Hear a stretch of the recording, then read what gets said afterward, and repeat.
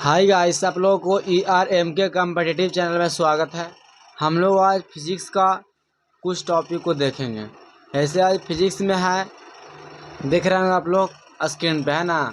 यानी हम लोगों को देखने के लिए मिल रहा है यही कि आज हम लोगों को पढ़ना है क्या, मात्रक एंड बीमा के बारे में। किसके बारे में? मात्रक एंड बीमा के बारे में हम लोग जानेंगे और इसमें हम लोग अध्ययन करेंगे ठीक ठाक से, है ना। तो हम लोग इस चीज़ों को ध्यान में रखेंगे कि इसके इंग्लिश में इसको क्या बोला जाता है, यूनिट एंड डायमेंशन बोला जाता है। हिंदी में क्या बोला जाता है, तो मात्रक एंड बीमा बोला जाता है। क्या बोला जाता है? मात्रक एंड बीमा बोला जाता है ना।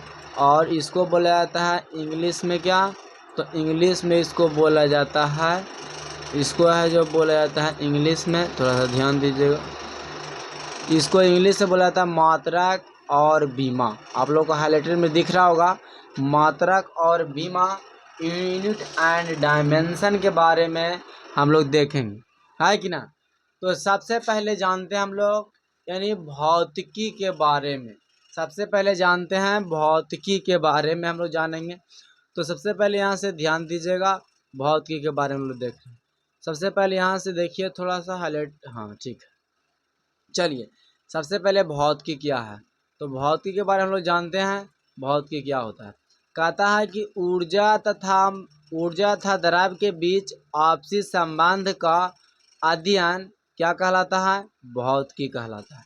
क्या कहलाता है? भौतिकी कहलाता है। यानी हम लोग ऊर्जा तथा, किसका जी? ऊर्जा तथा, ध्यान दीजिएगा, ऊर्जा तथा द्रव्य के बीच आपसी संबंध का जो अध्ययन करते हैं उसे हम लोग क्या कहते हैं? भौतिकी कहते हैं। वो भौतिकी कहलाता है। क्या कहलाता है? भौतिकी कहलाता है। अब हम लोग आगे ध्यान देते हैं, अगला पॉइंट ध्यान देते हैं। कहता है E बराबर क्या होता है? mc²। जहाँ C क्या होता है? ध्यान दीजिएगा, C है तो क्या है? स्पीड है। यानी जो किसका स्पीड है जी? तो लाइट का जो होता है वो स्पीड है। ध्यान दीजिएगा, लाइट का स्पीड यानी प्रकाश का यह जो स्पीड है, ध्यान दीजिएगा। और यहाँ से एम है, वो क्या है? तो वो है जो मास है, यानी ध्यान दीजिएगा। यहाँ से नीचे क्वेश्चन में कुछ द्वारा समझाते हैं। चलिए, नीचे दिया हुआ ऐसे लिखा हो 1 kg पदार्थ में, ध्यान दीजिएगा थोड़ा सा, हम लोग देखते हैं। यहाँ से ये थोड़ा सा उल्टा पुल्टा हो गया है ना।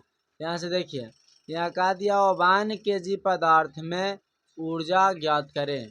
तो E बराबर क्या है? mc²। यहाँ से O1 क्या है? यहाँ से इसका वजन है और यहाँ से इसका स्पीड कितना होगा? सिंपल सी बात हम जानते हैं कितना स्पीड होता है, 3 × 10 की पावर 8, 10 की पावर 8 मीटर प्रति सेकंड होता है।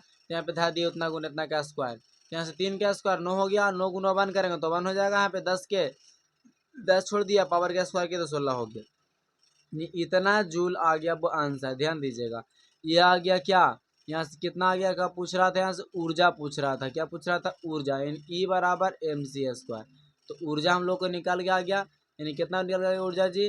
तो 9 × 10 की पावर 16 जूल आ गया। हम लोग कुछ आगे ध्यान देते हैं ना, क्या करते हैं? कुछ आगे देखिए, हम लोग थोड़ा सा आगे ध्यान देंगे। क्या कहता है? आगे ध्यान दीजिए, कहता है कि भौतिकी विज्ञान का मापन अध्ययन होता है। इस टॉपिक को थोड़ा सा ध्यान दीजिए। कहता है भौतिकी विज्ञान मापन का अध्ययन होता है, यानी विज्ञान में जो माप तोल होता है उसका इसमें भौतिकी में अध्ययन हम लोग करते हैं। आप ध्यान दीजिए, नीचे ध्यान दीजिएगा। तो कहता है किसी भी भौतिकी राशि को व्यक्त करने के लिए मात्रा तथा क्या, परिमाण दोनों होना आवश्यक है। यानी किसी भी भौतिक राशि को व्यक्त करने के लिए मात्रक एवं परिमाण दोनों होना आवश्यक है।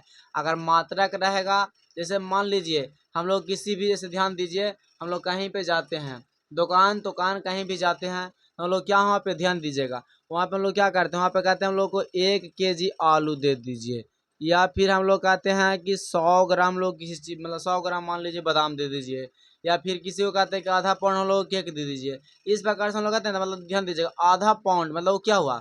वो एक प्रकार का परिमाण हुआ। और ध्यान दीजिए, पहले आधा हुआ जो क्या हुआ? परिमाण हुआ। और पाउंड हुआ वो एक प्रकार क्या हुआ? मात्रक हुआ। जैसे यहाँ पे देखिए एग्जाम्पल में समझाया हुआ है, 40 kg, मान लीजिए 40 kg प्याज हम लोग लाएँ, या 40 kg आलू लाएँ, या 40 kg धान लाएँ, कुछ भी लाएँ, है ना। तो यहाँ से 40 था, वो क्या हो गया? वो परिमाण हो गया। और केजी क्या हो गया? उसका मात्रक हो गया। आप देखिए आगे समझ में आ रहा होगा कि किसी भी भौतिक राशि को व्यक्त करने के लिए मात्रक तथा परिमाण दोनों होना आवश्यक है। क्या है? दोनों होना आवश्यक है। यानी किसी भी भौतिक राशि को व्यक्त करने के लिए मात्रा तथा परिमाण दोनों होना आवश्यक है।